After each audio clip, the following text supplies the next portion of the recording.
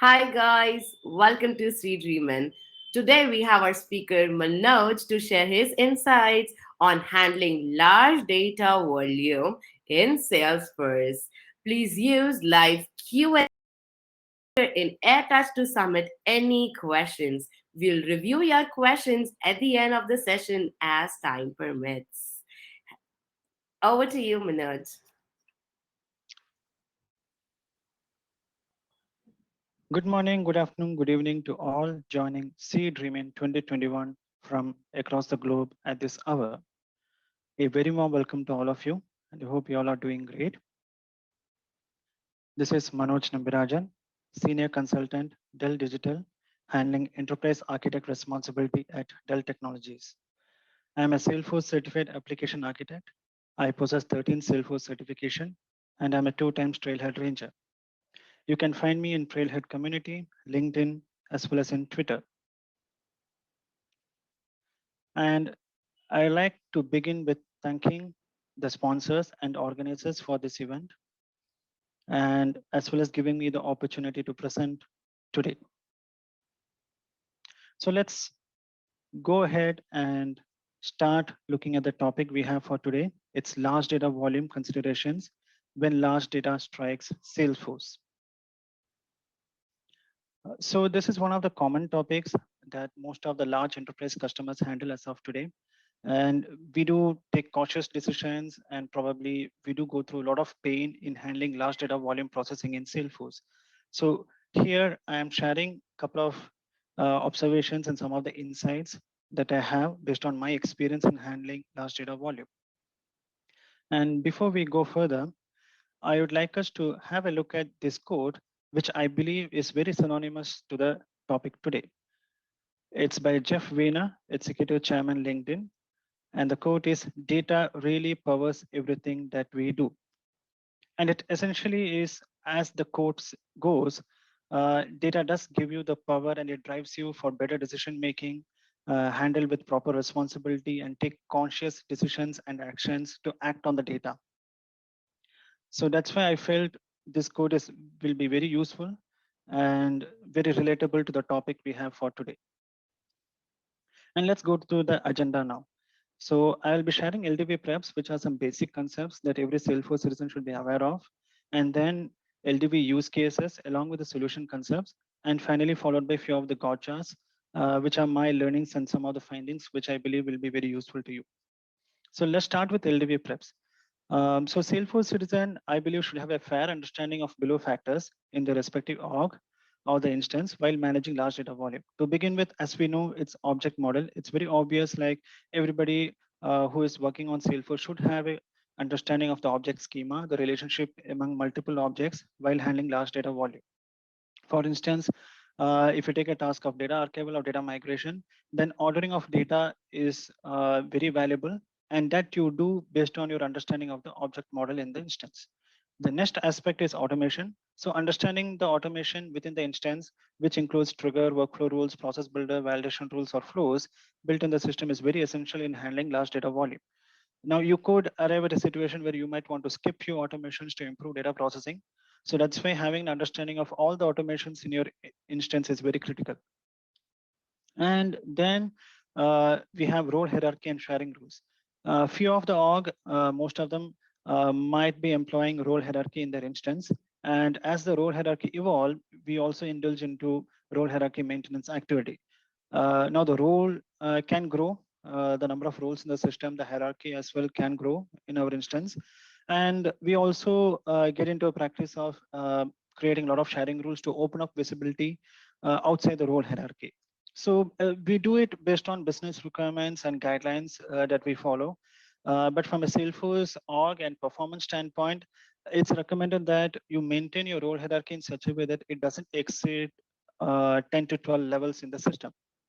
And also on the other side, with regards to sharing rules, try to create minimum sharing rules as possible, and also have a look if any sharing rule has become stale so that you can remove them from the system. So maintenance of sharing rule as well as rule hierarchy is very critical from an org performance standpoint.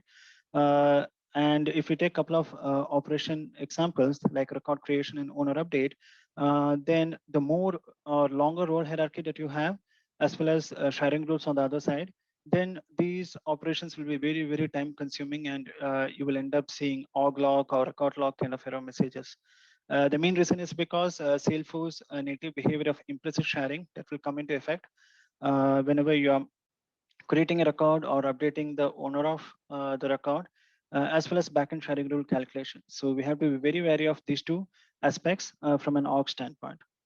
So now let's move into a few LDB use cases. To begin with, we are going to look at the creation of 8 million data in an instance. So here we have universal containers that plans to upload 8 million of customer account data into a custom object during business hours. So during the business operating hours, we have a team with a universal container that plans to upload 8 million of customer account data. So there is already a custom object which has a lookup relationship with opportunity, and that stores the subscribed product along with the customer account information. To top it, we do have a trigger in opportunity which will populate the customer in a custom field within opportunity when the opportunity's line item is nothing but the subscribed product. And this is by referring the data which is there in the custom object. And the OWD of the custom object is private. So in this situation where there are some relationships between the object, we also have a trigger, OWD is private. The task is to upload 8 million of customer data. So let's see what is the solution concept in tackling this. So the first one, as usual, the most obvious solution concept will be leveraging bulk API. So bulk API helps to process data in an asynchronous manner, especially for large data volume. Uh, we should define a proper batch size. It can range between 2K to 6K. I would encourage to test in sandbox environment so that you can park your number for better performance. But do be aware of the bulk API daily limit that Salesforce enforces, which I believe is 15K per day. And bulk API is also not recommended if your object has a lot of automation, because that will slow down the bulk API processing, and it could also result in a few issues like CPU issues and other limit that you might incur in the processing. So bulk API in an object having a lot of automations, be cautious in doing that. The second one is indexing. So since we have a trigger in opportunity to query from custom objects, so this is a futuristic solution approach, because once you upload the 8 million of data, right, any new opportunity that you create, you need that trigger to run at the backend to populate the custom field we have. So for that trigger to be effective and the query also to run properly, we need to get into this practice of indexing. So look at your query plan, and then you can request Salesforce to index the fields that are part of the where clause in the query. And then the third aspect is ownership skew. Now here, since we are uploading 8 million of data, obviously there will be an owner defined for every record. And if that owner happens to be a single user, then we are heading to a situation called ownership skew. Now, from Salesforce standpoint, if a user is owning more than 10K of data, then that's an ownership skew definition. And in this case, we have 8 million of data. So that will really pull the system performance down. So one of the way to tackle ownership skew is you can blank the role of the user who is owning large volume of data. There could be a necessary, like you need a specific user to own certain type of record. Um, but from a performance standpoint and org health standpoint, it's better like if you have a skewed user, try to see if you can blank the role of the user, and that will easily reduce the performance or probably improve the performance of the system. So with these three concepts combined, the 8 million of data insert actually got processed in 12 hours time. And that too, during the business critical hours, it processed within 12 hours without impacting the business operations. So that's a good win. And these three concepts are something that you can take note of. So now let's look at the second use case, which is 8 million of contact update, where you're updating the country information for all the 8 million contacts in the system.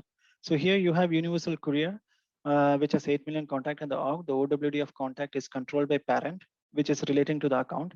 Now the account object has a custom field which maintains the country. And there is another custom object called country that has a country region mapping. So there is a code within the account which will populate the appropriate country based on the account's region. Now the ask is you have to populate that particular region value to all the associated contacts related with the account. So what the team did was we had a bad job to update the region, and based on the sandbox testing, the estimated time taken to process 8 million was 120 hours. But the business deadline here is to process within 30 hours, which is 1/4 of 120 hours, right? So what do we do here? So let's look at the solution concept. So the first one is batch job and parallelism. So parallelism is one of the nice techniques to conquer large data volume. If you have jobs running in parallel, processing on different set of data, then that will really improve the performance. So here we had the team creating job based on the region and processing them in parallel. So that's one good technique to use of. And then we have user pin. So user pin is a procedure that you kind of engage with Salesforce. You raise a request to Salesforce and request Salesforce to pin the user that you will use for processing large volume of data. And what Salesforce will do at the backend is give additional bandwidth or additional resources at the backend for that particular user to process data faster. So this actually involves a case to be raised with Salesforce. Salesforce also will have a internal approval process to go through. So once approved and based on the business criticality and data volume that you're going to process, the user pin will be successful and you will be notified. Now, and on the other side, at a max, one or two users can be pinned by Salesforce. That's what is recommended. Now, with these two combination of concepts, the end result looks like 8 million got processed in 16 hours, which is way before the deadline. The business deadline was like 30 hours, and we finished it even uh, by 16 hours. So that's a good win, yeah, for even the IT as well as the business. So this is the second use case. And the third use case is opportunity data slowness. So here we have universal painters who are observing row logs and slowness while integrating opportunity and line item from an external system to Salesforce via an ETL tool. So the account that we look from a data shape standpoint is like 50K opportunity records linked with an account. The opportunity OWD is private. The org has like 2 million existing opportunities already, and the role hierarchy is like 15 level deep. Now, based on many trial and error methods, the ETL team decided like, yeah, batch size of 5 is the appropriate number to proceed with for integrating the data. But even with that batch size of 5, with automations and triggers and everything running at the back end, the throughput is hardly 750 per hour. So with this situation in place, let's see what solution concept we will go through to improve the throughput of the ETL tool. So to begin with, it's data sorting. So Salesforce out-of-box behavior is like it will log the record while you're processing it. So to prevent any other record update to contradict with the record that you are processing with, the log kind of is put in place. Now, when you update opportunity, for example, then what Salesforce does is it will not only log the opportunity, but also the associated parent record, which is the account in this case. The same goes with opportunity line item also. When you run opportunity line item, then the associated opportunity will also get logged. So while you're processing large data volume or integrating large data volume, it is best advised that you sort the data based on the parent record. So opportunity sort based on the account, opportunity line item, then sort based on the opportunity. So that will really improve the performance. The next is data archival. So that is something that is really encouraged. We really need org to invest in the data archival process and have an appropriate solution, because if you don't archive the record and the data keeps on climbing up and up and up, then on one end the performance will slow down, and secondly there is a situation called bloated sharing, because my understanding is Salesforce has a big sharing table which is shared across all the objects in the system. The volume of record, whenever you create, then it's this table that gets updated frequently. So if your volume of data is increasing, so is the sharing table.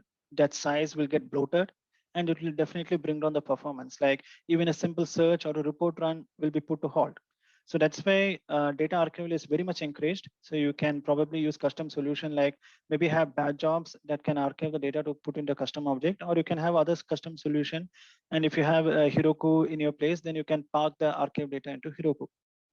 So with data sorting and data archival in place, the end result was the ETL team managed to increase the processing throughput to 2K per hour, which is 4 times the initial observation. So these are some winning techniques that will really help. And that concludes the LDB use cases and the solution concept. Let's now go to the gotcha section. Some of the concepts which I learned is what I'm going to share here. So I begin with granular locking. So this is a feature that gets enabled by default by Salesforce. And the advantage is when you have an org with granular locking enabled, then it will help you to process users role changes or create multiple users in a concurrent mode, because it actually isolates that specific user's role and the associated role hierarchy only. So the entire hierarchy is not impacted when granular locking is enabled. So that's a good technique to follow. The next one is skip automations. So as we looked at earlier, skipping few automations will really improve the performance. We have to analyze the data as well as the automations and see which one needs to be skipped to improve the performance of data processing.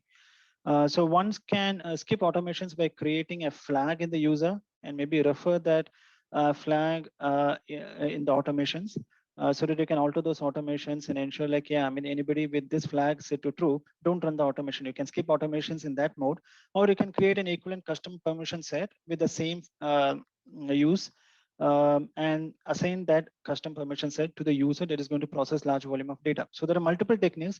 I'm just highlighting a couple of them. So that's one way by which you can skip automations for specific users while they're processing large volume of data.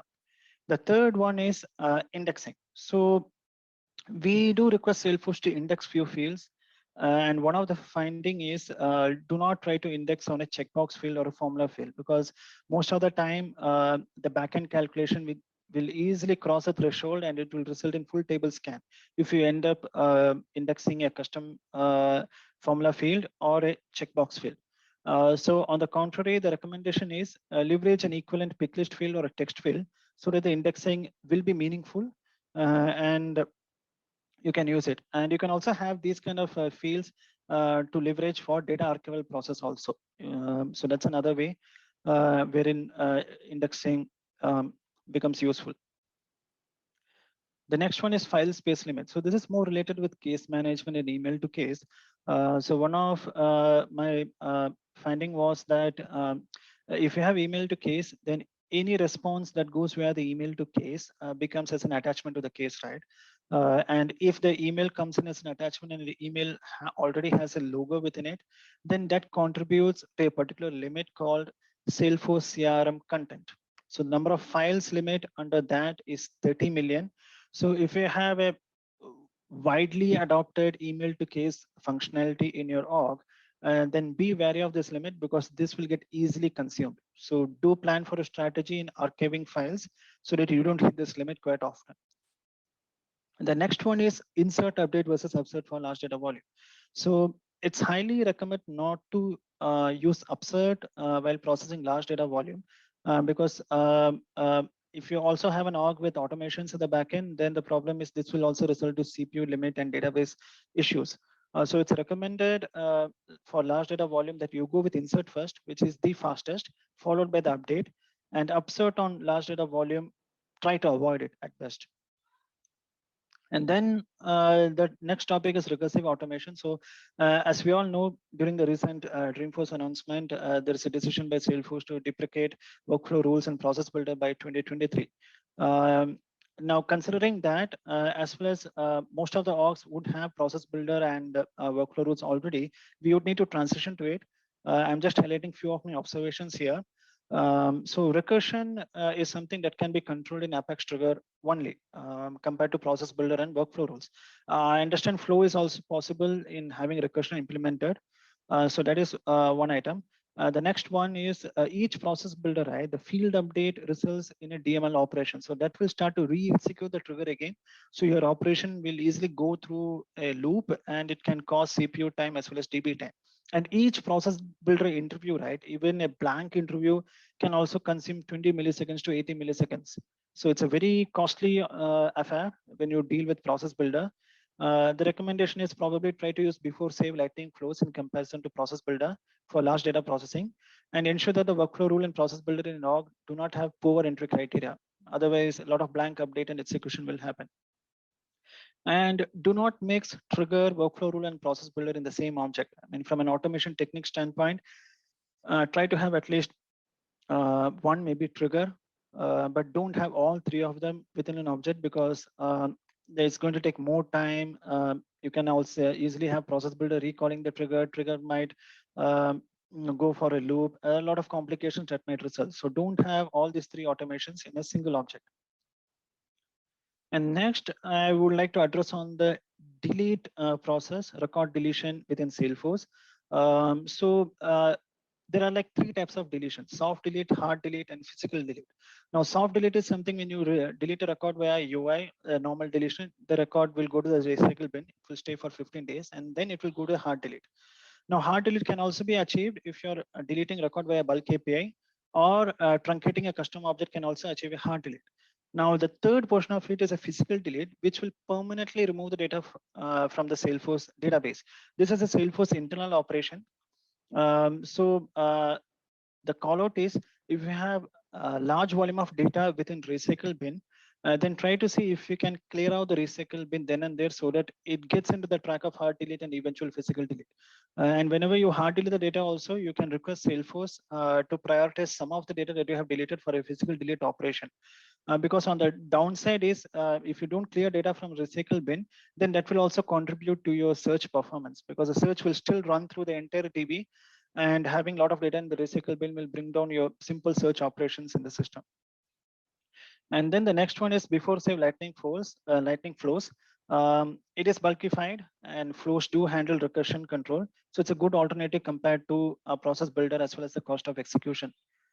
Then we look at skinny table. So Salesforce creates skinny table and it's meant for frequently used queries. So normally at the backend in Salesforce, you have one table which has all the standard fields of the object, and one table which has all the custom fields. Now, skinny table is something which actually joins them and have a single table with all the standard and custom fields in there, which are frequently used from a query mode standpoint. So leverage skinny table. You can request Salesforce to do that whenever you are running a frequent queries, maybe via Apex code or via batch job. So batch job is best served if you have skinny tables. So that concludes the gotchas, and I'll share few references which I used for this presentation. So these three are the references, and I would also like to highlight on a specific certification which will really help you to learn more on how large data volume and all the automations and decision making that you can take properly while processing large data volumes. So that certification is Salesforce Certified Data Architect and Management Designer.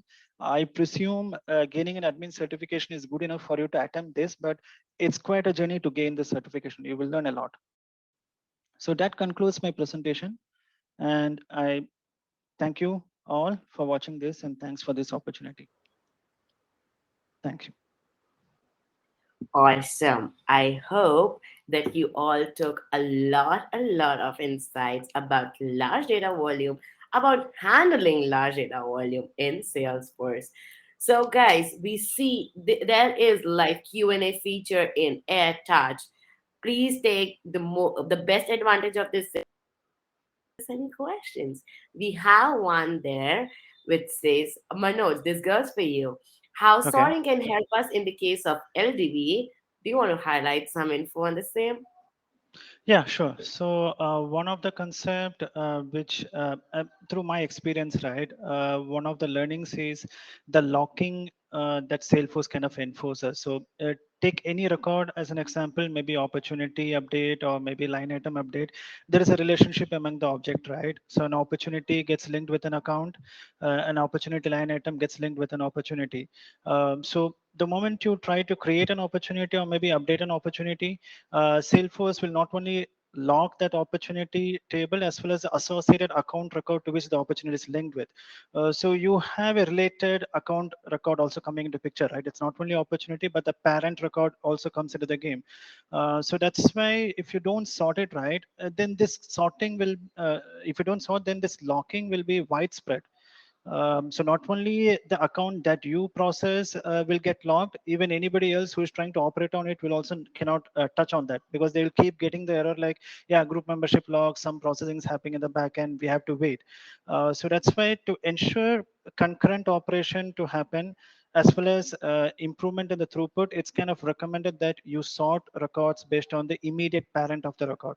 So in my presentation, I have highlighted like for opportunity, yeah, I mean, you sort it based on the account.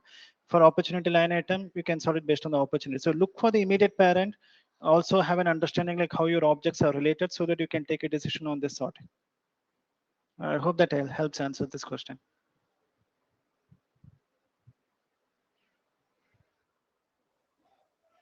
Awesome, awesome. So, guys, score more points when you visit exhibition booths, connect with new friends, and engage more during the sessions via live Q&A. We do have time, and thanks, buddy, for asking a question. I hope that helps out. But if you Yeah. still have any other question, in your mind, we are still there live to answer any of your questions on the topic. Also, at the end, don't forget to help us to improve by completing the session survey after each session. Earn gamification points by submitting the survey. And with these gamification points, you would see a leaderboard. So, a couple of winners post event would be awarded with some prizes. So, Oh, stay great. tuned, guys. We are still there on live. Manoj, do you want to share anything else? So I think I would encourage all of us, like whoever is looking through the session, right? There is one certification which I have called out, which has been very useful for me based on my journey. And I handle enterprise architect responsibility. That's my role in my company. But that certification really opened up a lot of concepts that I went through. So I do encourage that certification for all of you to go through.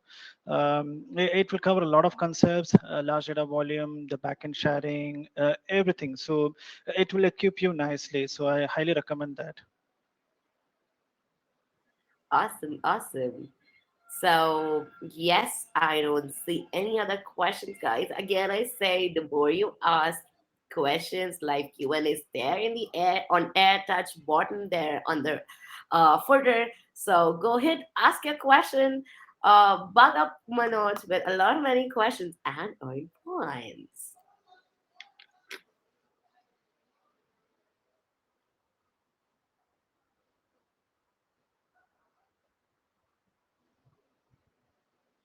Guys, if you're interested on the recording of the same sessions, all the recordings would be available up to 90 days post the event, and all the recordings would be uploaded within 48 hours. Stay tuned.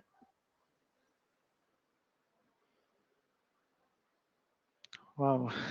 Seems like that I have bundled the concepts in a simplistic manner for everybody to understand. That's good. That's nice. And anything, yeah, you can reach out to me in Twitter. I'm in Twitter as well as LinkedIn. I also have a Trailhead profile.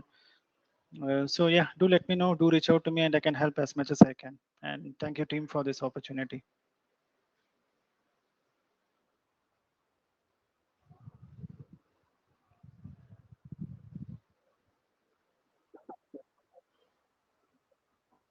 Thank you, everybody, for coming up here in this session. I hope you all loved this session by Manoj. Stay tuned for more upcoming sessions at Sea Dreamin'. Happy Sea Dreamin', everybody. Take care. Good luck. Bye.